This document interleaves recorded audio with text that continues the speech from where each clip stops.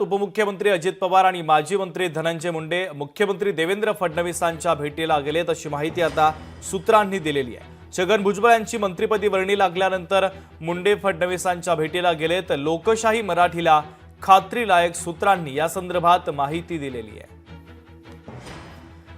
आमचे प्रतिनिधी चेतन ननावरे आपल्याशी फोन लाईनवरून जोडले जातात या भेटीच्या संदर्भातले अधिकचे अपडेट देण्यासाठी। चेतन, राज्याच्या राजकारणात एक महत्त्वाची घडामोड आज दिसली। छगन भुजबळांनी मंत्रिपदाची शपथ घेतली आणि त्यानंतर एक महत्त्वाची अपडेट समोर येते। माजी मंत्री धनंजय मुंडे देवेंद्र फडणवीसांच्या भेटीला पोहोचलेत।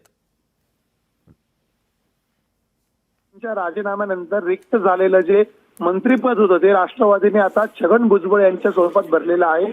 मात्र या भरलेल्या रिक्त पदामुळे आता धनंजय मुंडे मात्र कुठेतरी अस्वस्थ झाल्याची माहिती समोर येत आहे आणि त्यामुळे जर छगन भुजबळ यांना आता मंत्रिपद दिलं असेल तर माझं पुनर्वसन कशा प्रकारे होणार या संदर्भात चर्चा करण्यासाठी धनंजय मुंडे अजित पवारांसोबत आता मुख्यमंत्री देवेंद्र फडणवीसांच्या भेटीसाठी वर्षावी या निवासस्थानी दाखल झालेले आहेत। आणि एकूणच सध्या जर पाहिलं तर 15% ज्या परंपरेनुसार एकूण सदस्यांच्या 15% जी संख्या असते त्यानुसार मंत्रिपदाचं वाटप केलं जातं। त्यामुळे 43 मंत्रिपदांचं वाटप करता येतं। आतापर्यंत 42 मंत्र्यांची नियुक्ती झाली आहे। त्यामुळे उर्वरित एका मंत्रिपदावर धनंजय मुंडे यांची वर्णी भविष्यात लागणार ती त्यांचं वेगळ्या प्रकारे पुनर्वसन केलं जाणार हेही पाहणं महत्त्वाचं असतं। त्यामुळे तुर्तास तरी देवेंद्र फडणवीस नेमकं काय आश्वासित करतायत हे पाहणं महत्त्वाचं असेल। अगदी चेतन, महत्त्वाचे अपडेट या बातमीच्या संदर्भातले पोहोचवलेले आहेत। तुर्तास धन्यवाद।